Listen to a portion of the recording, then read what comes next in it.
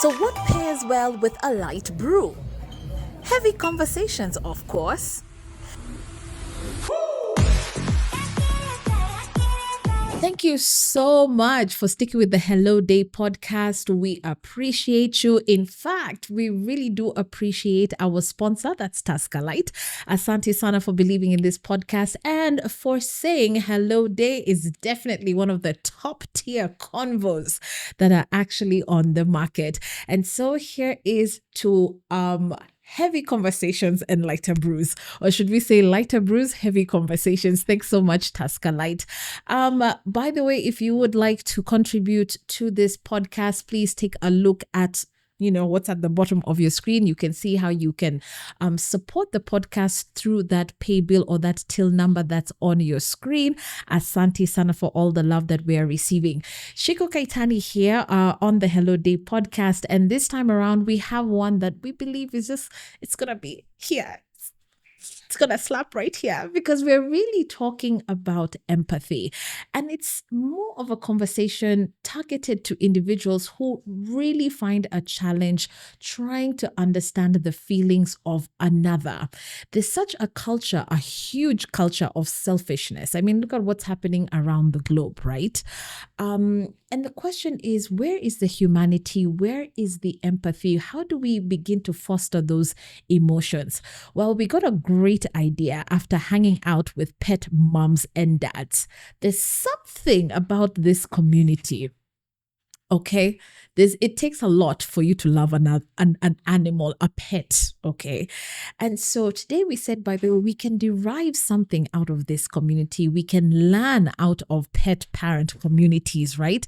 And so we found the perfect person to get on set. She goes by the name of Lina Sonia, an animal caregiver and a mom to special needs animals. Lina, thank you for being with us. Thank you so much for having me. Thank you so much, Shiko. Thank you.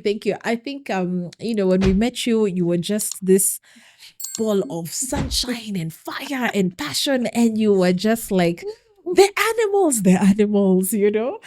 So it was really great. We actually met her at the Shaggy Dog Show. But let's start off with your opinion, Lina, about what's going on and what you're seeing in the Middle East. I think all you animal rights activists are furious. Yes.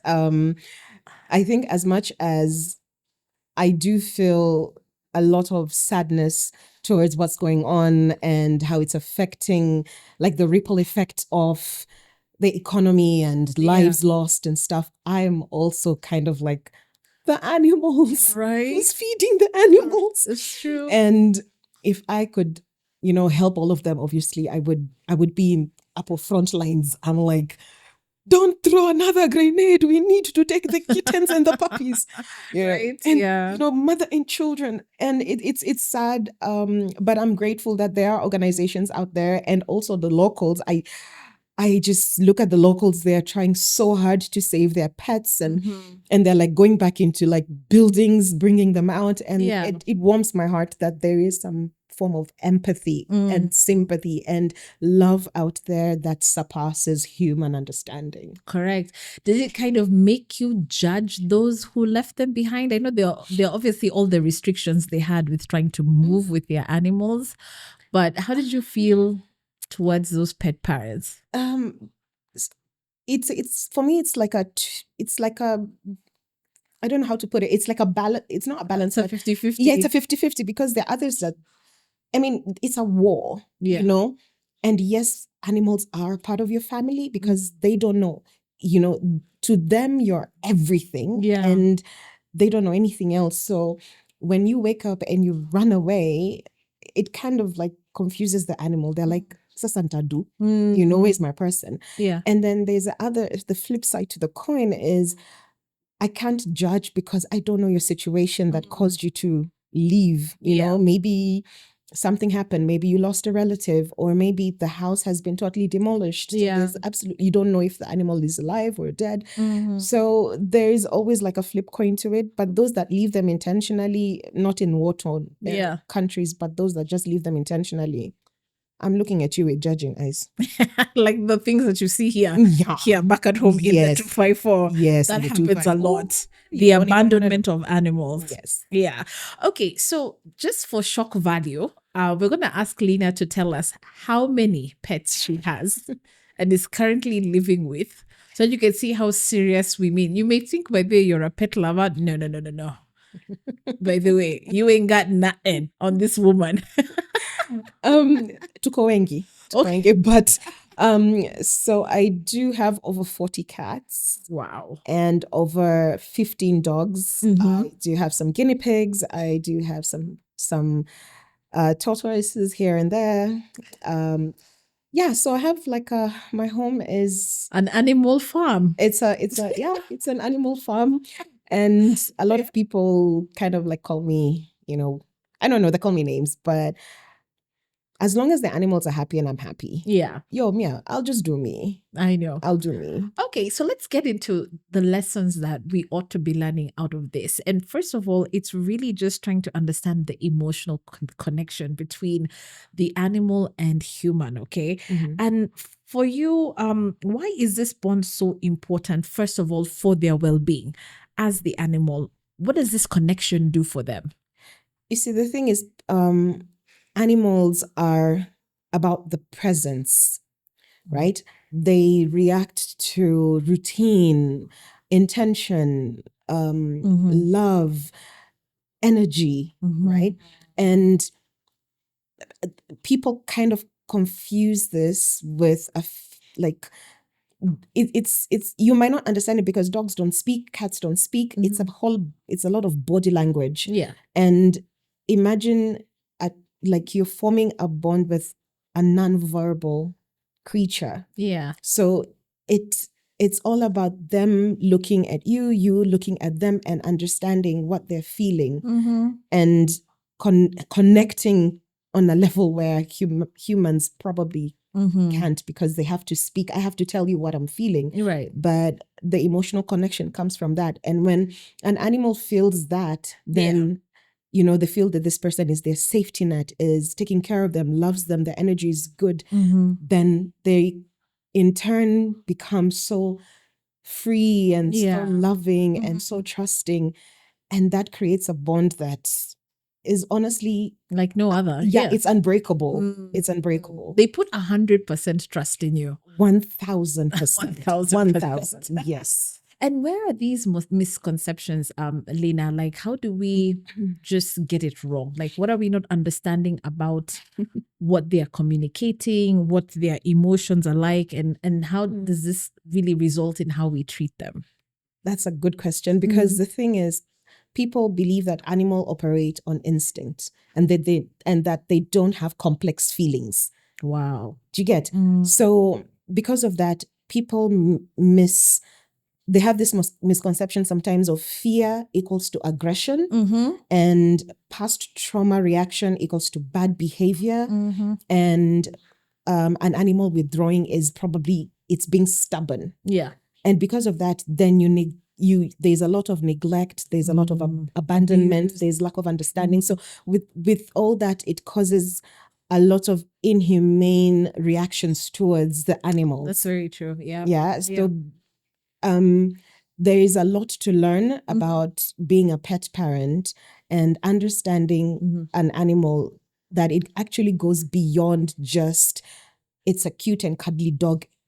It will figure life out. All right. You understand? It's not a tree. It's not just gonna grow. You have to put in the work for you to get things back from this animal. You have to, in order for you to get trust, love, affection, and all you have to put in the work. And lack of that brings inhumane treatment to the animal, and it's not even fair to them, because they have absolutely no idea why you're just beating them because they ate a chicken. And you know what? It even sounds like you're talking about a person. The exact same things that require for that bond or connection with your pet is almost the same things that are needed in a normal human day-to-day reaction or interaction, rather. Yes. Wow. So you need to look at them that way. Yeah, because they're nonverbal. So a lot of observation, spending time with them, silent when you say observation, it's more like silent observation. If you're a pet owner, you would understand what I'm about to say, because when you sit down and have your cup of tea and you're looking at your cat just chasing itself around and just bouncing off walls, that's a cat that's content. That's a cat that's happy. It's doing its thing. If it's climbing on your curtains, it's doing its thing. And it's so funny because that if you watch every day and that's a routine the cat has, and then one day it doesn't do that, then you're like, there's something off. Something's off. Yeah. And that's the bond that's unspeakable. Right. You'll be like, I know that by this time this cat is somewhere in this house just bouncing off walls. Yeah. And then you start to understand that these are the normal things, and then these are not the normal things. Right. And then you pick up on that, and then you probably take it to the vet for a checkup, or probably just needs cuddles, or probably it's just having a bad day. Because they do have do have bad days. By the way, Lina actually told me, newsflash, animals do have mental health issues too. Yes. It's not just you. So you mean your cat could be like, yeah, I need a timeout. I need timeout. Like you're touching me too much.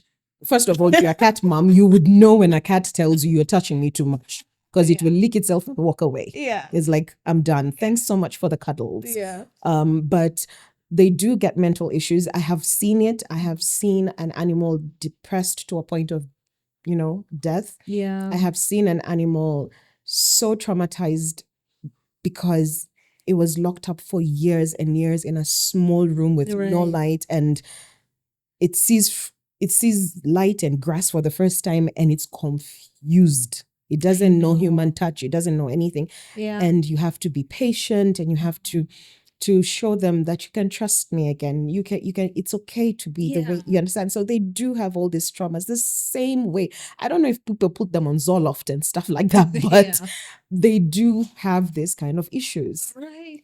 Caused by trauma. When you really see what's happening about the animal mistreatment, like in different parts, especially, when it comes to like zoos, entertainment, amusement parks, and all that kind of stuff.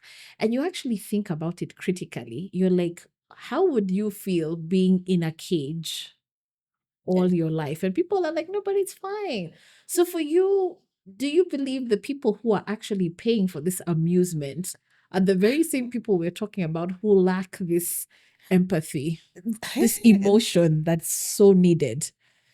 Oh, sweetheart, that's a different discussion over wine. Yeah. I shall buy the wine. Yeah, please, sweet red. Yeah. But it's a very lengthy discussion, and it has so many different facets to it. Some do it, different countries do it because they're trying to, what's the word?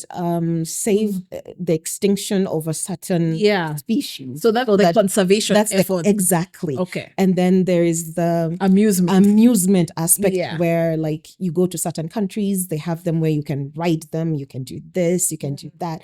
I'm not so much for that.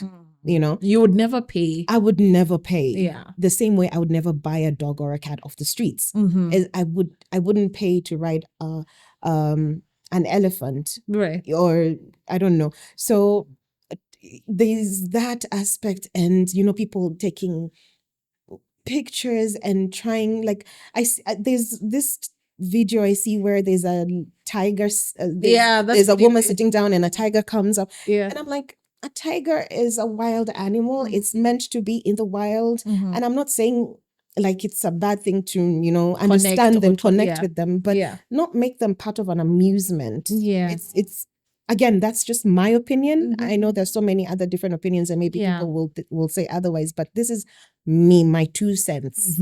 I wouldn't do it. Animals should just be where they're supposed to be, away from humans, living their lives, procreating, and just let's balance. Huge balance. One thing that gets Lina sticking out as far as the pet community is concerned is that she actually focuses on special needs animals. Very interesting. And also requires another hat, like a second hat.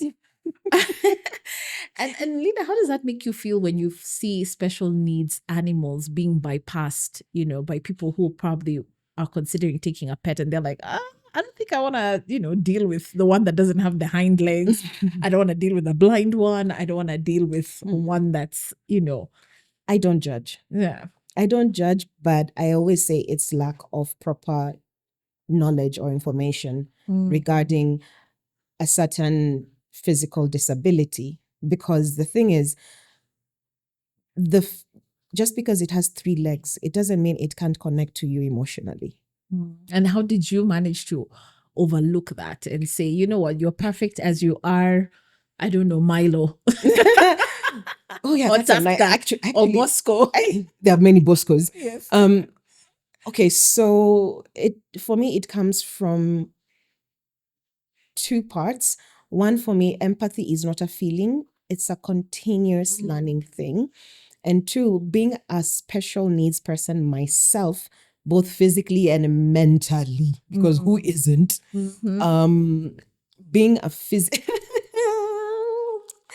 being physically special, kind of like a special needs person myself, I kind of see how sometimes I get overlooked. Yeah. Because I am limping, or you get those eyes. So I look at these animals and I'm like, can you love? Can you give me affection? I don't care if you have no eyes. You don't need eyes to love me. It's fine. Oh, wow. And then I started just trying to understand them from a different perspective and giving them a second chance. Many places in shelters and everywhere, even on the streets, they're overlooked. There's a lot of stigma. The same way there's a lot of stigma with people with disabilities is the same way the animals are. They have that stigma. So I try to make people understand that, my 2-legged Shayla, she is still very loud and very loving. Imagine. Yes. So if it's the 2 legs, then, but can it love you? Yeah. Can she bark? Can she be there for you? Can she sit with you when you're having your tea and just love you? And if the answer is yes, then you can overlook the fact that she just doesn't have 2 extra legs. Wow. How does your kind of work help you look at people differently? Like the fact that you can look at Sheila the way you do, the way you understand them. How do these, kind of principles translate to your human experience? Hey, it teaches me not to judge a book by its cover. You have more grace for I have people? more grace. And Lord, we know we all need grace for humans. And it also teaches me empathy from a different level and a lot of patience. Because, it takes a lot of patience to deal with humans more than animals. For sure. Yes. Right. Yeah. And it's like a psychology lesson that nobody teaches you. It's so true. Yeah, because if you can work with disabled animals, you can work with anybody, you can be friends with anybody. Yeah. Because you look past whatever physical thing they have or don't have. Yeah. And you just go into their hearts and search who they are inside. Right. So that's psychology 101 through and through. And a lot of pet parents actually tell me, if you could also just be nonverbal like my dog, I'd really appreciate that. Yep, I've said that a couple of times. You kind of just wish people could shut up. Yes. And just, you appreciate the fact that your pet is just there. Yeah, it's just there. It's just, it's funny because it reminds me of when I was growing up. Yeah. I grew up in a household of lots and lots of animals as well. And my grandmother, she raised me and she taught me nonverbal ways to communicate. I don't know whether it's because she grew up with dogs before me. I don't know. But she will, how they'll just give you one eye and you'll know, get out. Yeah. Oh, you're in trouble. You're in trouble. Yeah. So it's the same, like I look at my dog's one eye and she's like, sorry, mom, I know I'm not supposed to come into the kitchen. I'll moonwalk myself out or I'll slide out. Yes. So it's so interesting because they do understand, and that's the energy I'm talking about. Yeah. I don't know, it's just something that pet parents would probably understand more. And I do hope that eventually people would look at their animals differently after this and understand that it's not their fault the way they are. Yeah. if you have a bad child, I would blame the parent. I wouldn't blame the child. You know, I mean, the Swahili word is what mtoto mleavu ndivyo akuavyo. You know, if you're not a good parent, then you won't have a good child. If you're not a good pet parent, you won't have a good pet. Same thing applies. Same thing, same analogy. Applies, right? I really want to just talk a little bit about complex feelings. And, you know, what surprises me is that you will see unlikely pairings in animals and you'll be like, how the hell did that happen? You know, a penguin getting really, really close to a sailor or a fisherman. You'll find a donkey and I don't know what, a dog, a leopard or something. Instead of devouring the animal. It's like, you know, and it's so funny. So when you look at those complex kind of relationships, you wonder why for us, it's hard. We cannot elevate ourselves to understand Lina is who Lina is. She is a complex being on her own. So am I. I mean, accepting each other is just a very difficult thing for us. That's that you've just said it. Accepting each other the way that you come. You're Shiko, I will accept you as that.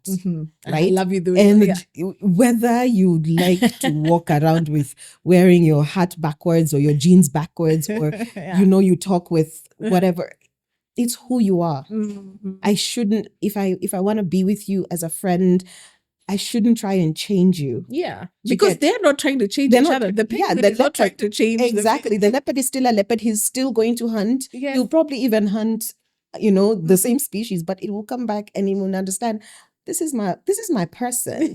Like it's very I have with all the animals that I have, we all live in harmony. Yeah. Right? Which is also strange for cats and dogs. Yes. You'd think they'll always be at it, you know. Not at all. Yeah. You know, you train them. And when I say train, I don't mean you take them to like a training school or you understand that these are two different species and you try to just allow them be. I sit down with my animals whenever I'm bringing in a new rescue. I do a very slow introduction I call my dogs my boys. So to my boys, because I'm like, Midnight, my Shayla, and every other person, meet Spicy. Spicy, this is my family. Right. You people have a meeting, jijueni, and then that's it. And then I start the supervision, and then, you know, if they are like attempt to like do the whole nippling, I reinforce positively. The same way you would reinforce a child positively for them to know this is good and this is bad. Wrong. Yeah. Yeah, I won't beat the dog to death because it's, you know, trying to eat a chicken. You didn't tell it that a chicken is not meant to be eaten. All right. You get. So. Yeah. Very, very interesting. And so for me, you know, other than the aspect of just learning that, okay, these beings are very complex, they're different from us, and so you wonder why for us we can't really do this. I'm wondering, how can we foster more of this empathy towards animals and of course to ourselves? Like, what do you think what's a great way to start? What's a great way to start? Because some of us want to elevate to that kind of level of understanding that you're on.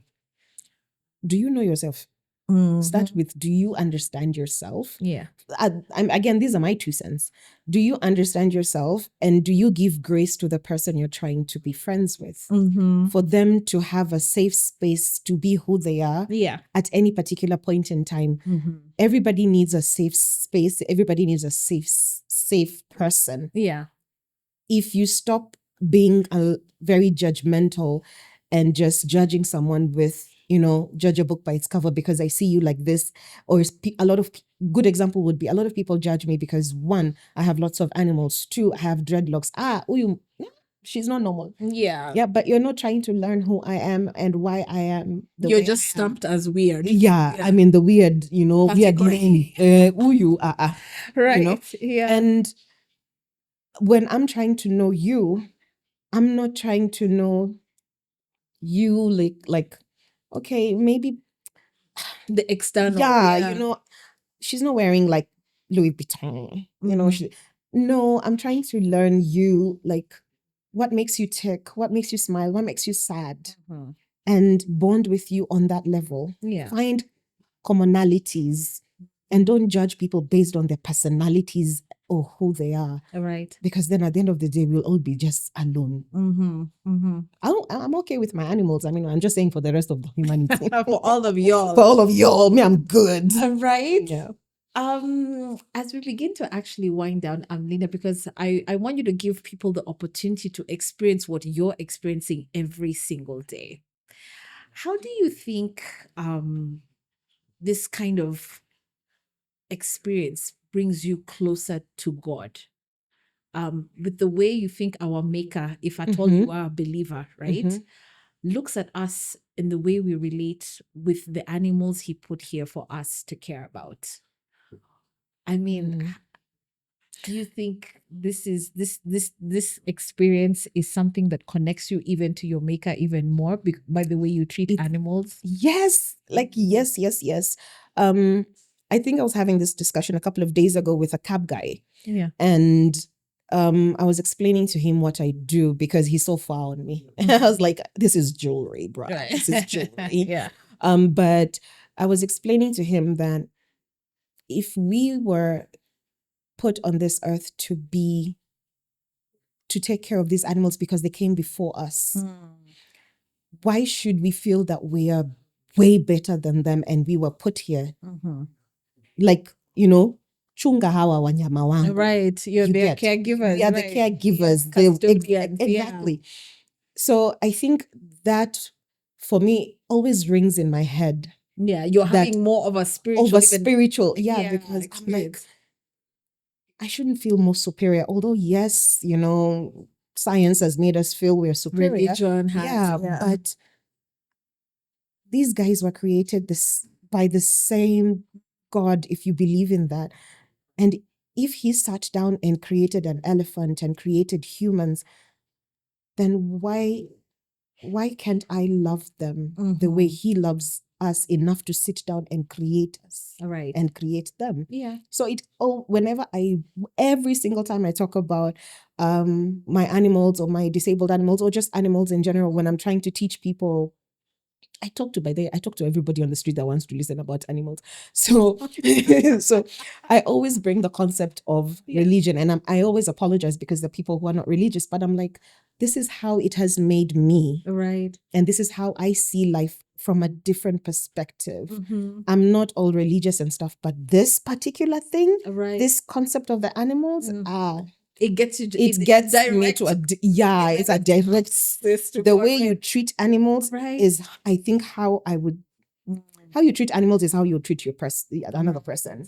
If you have absolutely no heart and you kill an animal or you run it off or whatever, man, you can take a knife and stab somebody. I won't believe you. We're not putting it past you. We are not.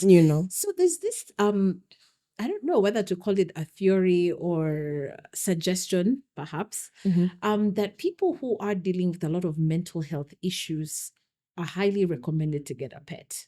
So, I mean, look at even our experience with, for example, a brand like Aquapet.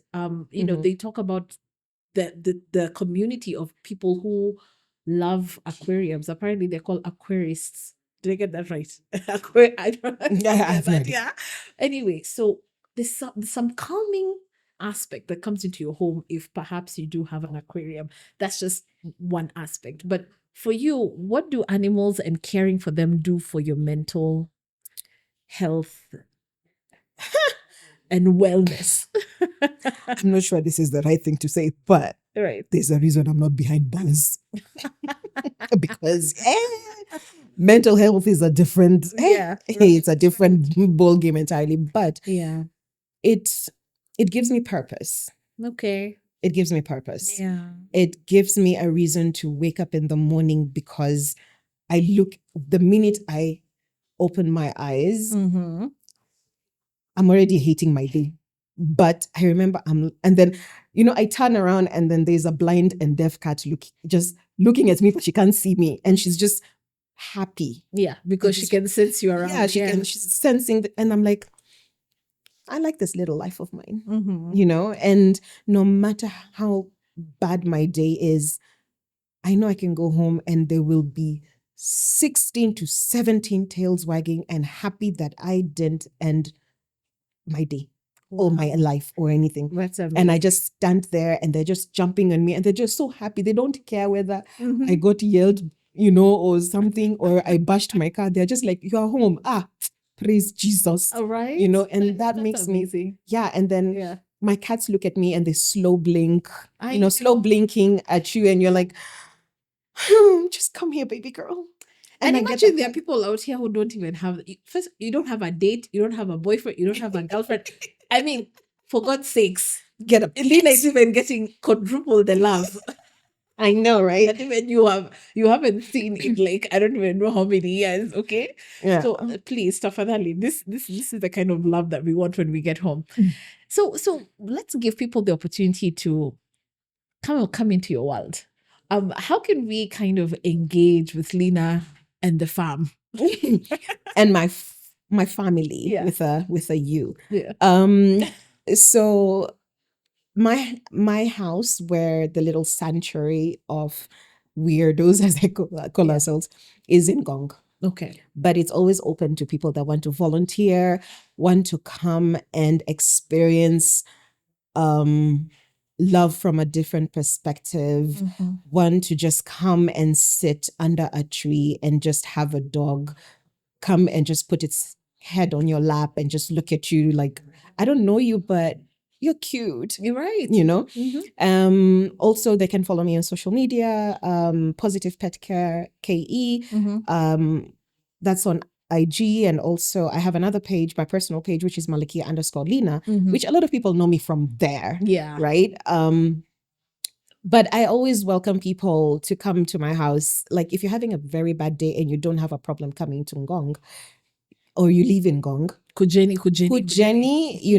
You can bring your blanket, you can bring your coffee, we can make you coffee, I can make you kost pilau to kaitu, and just enjoy and watch my 3-legged tortoise just munch away on a hibiscus. Jeez, even the tortoise doesn't have a leg. It was found mauled. Its shell is very cracked, and it has 3 legs, but he's called Tito. Tito is spicy.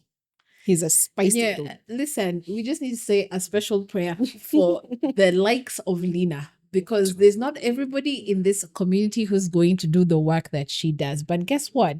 There is a reason for each and every one of us being here on this earth.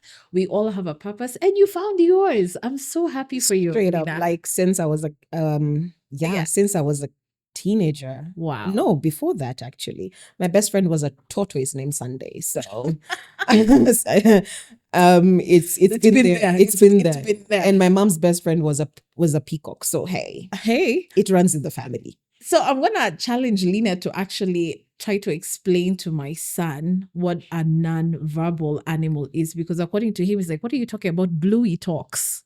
Okay. Bluey is your cat? Bluey is the cartoon that my son is obsessed with. So what cartoon is Bluey? Bluey, he's an Australian dog. Yes. Okay. And an Australian sheepdog. Okay, fine. So let's focus then on Peppa Pig. You can also tell him that Peppa doesn't talk, because he knows pigs talk. Okay? So when they watch cartoons, they think to them animals talk. So for him, he'll be like, what do you mean? Dogs talk. They do talk, and yes, I mean, that one's as a parenting, I'll leave you to differentiate between how talking in terms of, they talk so that they can understand what they're saying, but Bluey talks. He does. And do you understand every time Bluey talks? Yes. And do you also understand when Bluey doesn't talk and just looks at you with those little cuddly eyes? So my Bluey does that. That's what I'll tell you. Yeah, so he's also communicating to you. Okay. Yeah. So we're gonna put this out, and let's hope that people are actually gonna call you, sign up. And of course we'll keep following up on this. If you really did enjoy this conversation and you've picked up something and that has really inspired you, by the way, to look at the kind of relationships you have, by the way, as a blessing, and to love people and animals just as they are. That's what we want you to do. To love them just as they are. Lina, bless you. Thank you so much for having me on, and I wish you an amazing day. Thank you. All right. Thanks for watching Hello Day. Be sure to support the podcast and subscribe. Bye-bye. Visit ike.thebar.com and grab a Tusker Lite to turn up the light as you listen to your fave podcast. Excessive alcohol consumption is harmful to your health. Not for sale to persons under the age of 18.